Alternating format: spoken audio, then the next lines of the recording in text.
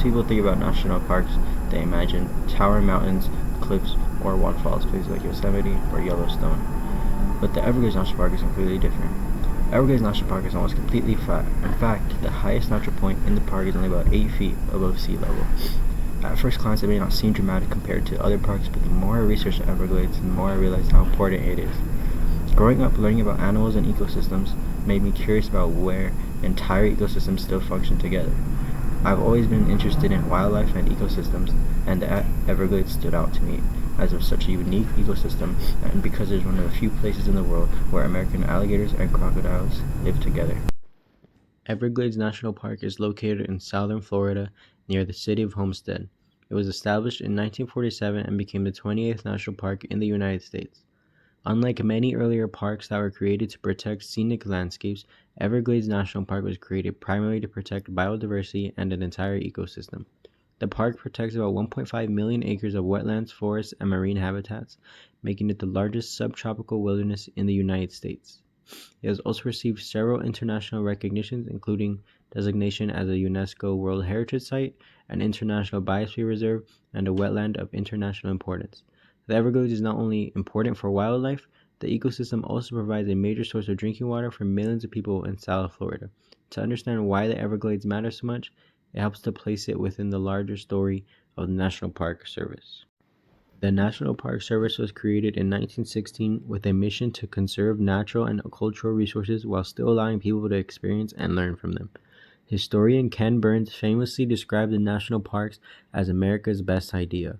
However, Everglades National Park represents an important shift in how Americans thought about conservation. Earlier parks such as Yellowstone and Yosemite were protected mainly because they contained dramatic landscapes like mountains, geysers, and waterfalls. The Everglades is different. Congress authorized Everglades National Park in 1934, but the park was not officially established until 1947. Protecting such a large and complex ecosystem required growing public awareness about the importance of the region. One of the most important voices in that movement was Marjorie Stoneman Douglas, whose writing helped change how Americans understood wetlands. Douglas famously described the Everglades as the river of grass. In 1947, she published her influential book explaining that the Everglades was not a useless swamp, but a vast and interconnected river ecosystem flowing slowly across southern Florida. The Greater Everglades, from the largest freshwater marsh in the United States, were freshwater wetlands, coastal estuaries, and marine environments, met within a unique mix of temperate and subtropical climates. However, by the early 20th century, large water management systems were already altering the region. Canals, levees, and drainage systems were built to support agricultural and growing cities in South Florida, changing the natural flow of water through the ecosystem. Growing awareness of this environmental challenge helped build support for protecting the region. As a result, Everglades National Park was officially established in 1947, becoming the first national park created primarily to protect the ecosystem rather than scenic landscapes. At the dedication ceremony on December 6, 1947, President Harry S. Truman emphasized how different the Everglades was from other national parks when he said, "Here are no lofty peaks seeking the sky, no mighty glaciers or rushing streams wearing away the uplifted land. Here is land tranquil in its quiet beauty, serving not as a source of water, but as the last receiver of it. To its natural abundance, we owe the spectacular plant and animal life that distinguishes this place from all others in the country." This description highlights what makes the Everglades different from many other national parks. Instead of mountains or dramatic rock formations, the Everglades is defined by water and the movement of water across the landscape. The Everglades is often described as a river of grass, a phrase made famous by Marjorie Stoneman Douglas. Water flows south from Lake Okeechobee across southern Florida in a slow sheet of shallow freshwater that can stretch nearly 50 miles wide. Unlike most rivers that flow through narrow canals, the Everglades spread across the landscape in a wide sheet of water. Instead of rushing quickly downstream, the water moves extremely slowly, sometimes only a few feet per day. Scientists call this movement sheet flow. This slow movement of water controls the entire ecosystem. Water levels determine which plants grow in different areas of the wetlands. These plants then create habitats for fish, reptiles, birds, and mammals. Together, they form complex food webs that depend on seasonal flooding patterns. Because the Everglades landscape is extremely flat, even small changes in water flow can dramatically affect the ecosystem. Changes in the timing, depth, or direction of water can alter plant communities, disrupt wildlife habitats, and affect the health of the entire Everglades system. Quite awful. The Everglades is South Florida. Heart, soul, it is the whole water system that makes the coast exist, that makes the Keys exist. It goes from north of Orlando in terms of its connectedness, in terms of the greater Everglades ecosystem, all the way down through Florida Bay and through the bridges and the Keys and out to the reef. And it does something in managing the water that we've never learned how to do. This connection between water and life is one reason the Everglades support such extraordinary biodiversity. Everglades National Park is famous for its biodiversity. The park supports more than 350 species of birds, many of which are wading birds such as herons, egrets, ibis, and rosary spoonbills that depend on shallow water to hunt fish. More than 40 species of mammals also live in the park. River otters are often seen near the Aninga Trail and Shark Valley. These sleek animals swim quickly through the water and feed on fish, turtles, and sometimes even small alligators. Raccoons and opossums are common throughout the park. Raccoons often search shorelines for turtle eggs and small aquatic animals. White-tailed deer graze in sawgrass prairies. Marsh rabbits are also adapted to this wet environment and can even swim to escape predators. The park has also black bears in the prairies and the fully aquatic marine mammal, the manatee. One of the most famous animals in the Everglades is the Florida panther, one of the most endangered mammals in North America, with fewer than 200 individuals remaining in the wild. The Everglades is also the only place on Earth where American alligators and American crocodiles live together naturally. Alligators play an especially important ecological role during dry seasons. They dig depressions called alligator holes, which hold water and provide refuge for fish, turtles, and birds when other parts of the wetland dry out. Without alligators, many species would struggle to survive. In total, the Everglades protects 36 threatened or endangered species, making it one of the most biologically important protected ecosystems in the United States. When you see animals like alligators, crocodiles, and even endangered Florida panthers living in the same ecosystem, it's easy to assume that places like this will always exist. But ecosystems like the Everglades only survive because they are actively protected. The water, the wildlife, and the landscape are all connected. If one part of the system changes, the entire ecosystem can be affected. That's one reason the Everglades became such an important example of ecosystem conservation in the United States. Everglades National Park is part of a much larger network of protected landscapes across southern Florida, including Big Cypress National Preserve, Biscayne National Park, Dry Tortugas National Park, and the Florida Keys National Marine Sanctuary. Together, these areas protect connected wetlands, forests, and coastal ecosystems within the larger Everglades watershed. Within the park itself, about 86% of the land is federally designated wilderness, meaning it is managed to remain as natural as possible, with only 0.1% of the park being developed. However, the park protects only about 20% of the original Everglades ecosystem, which once covered much of southern Florida. Because this entire watershed spans more than 4.6 million hectares, activities outside the park still affect the ecosystem. The Everglades therefore represents both a protected ecosystem and a part of America's environmental heritage. Everglades National Park receives about 741,000 visitors each year, with visitation slowly settling since the 1960s, which was about 300,000. Most visitors concentrate in accessible areas such as Shark Valley, Flamingo, and the Aninga Trail, where trails and boardwalks allow close wildlife view.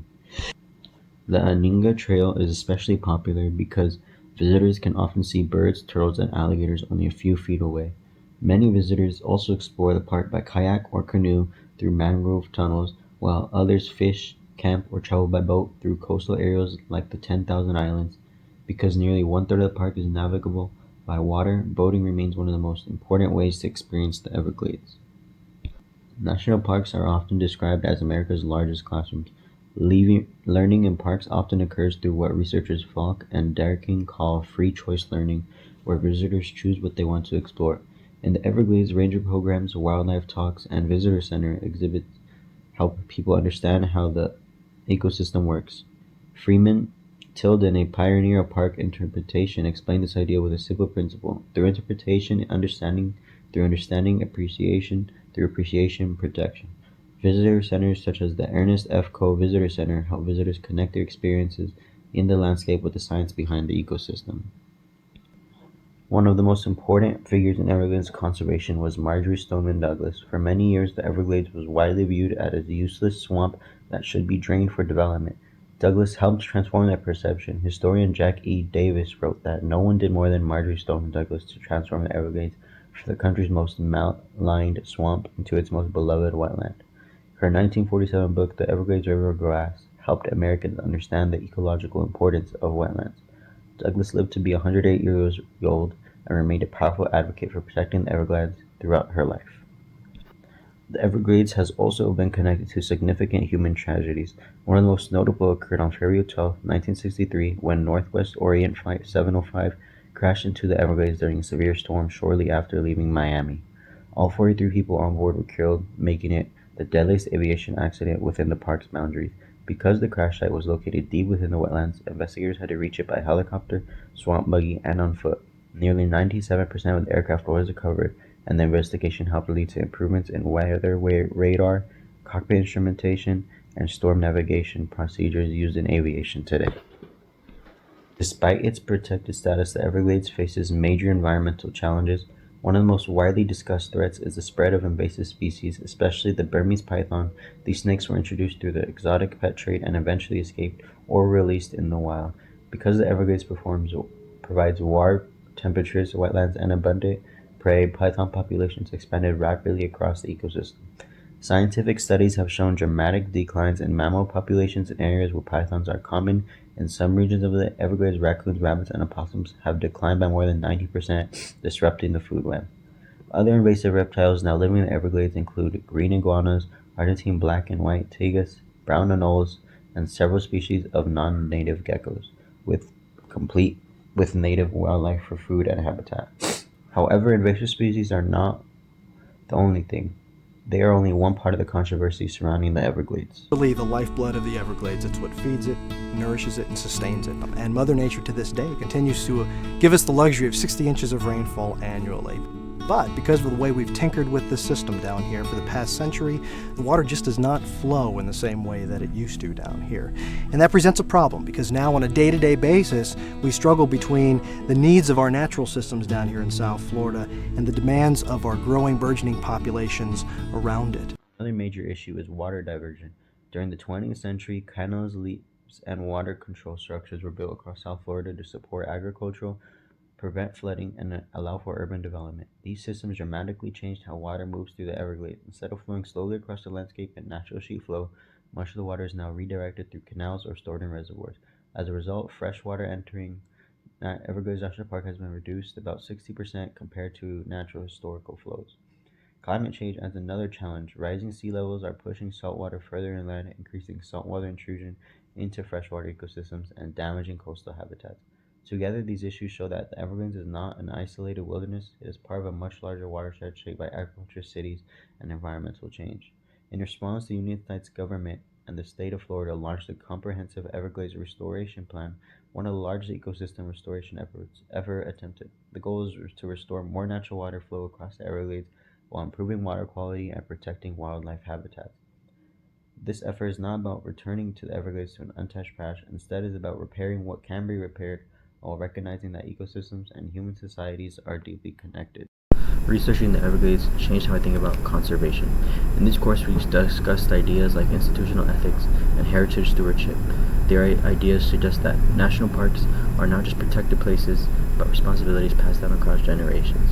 Learning about the limits of conservation also changed my perspective. Even though the Everglades is protected as a national park and recognized internationally as a UNESCO World Heritage Site, the ecosystem is still affected by water diversion, invasive species, and climate change. Tangible elements of the Everglades include the water, sawgrass marshes, wildlife, and mangrove forests. But the intangible ideas behind the park include responsibility, stewardship, and the fragile balance between human development and natural ecosystems.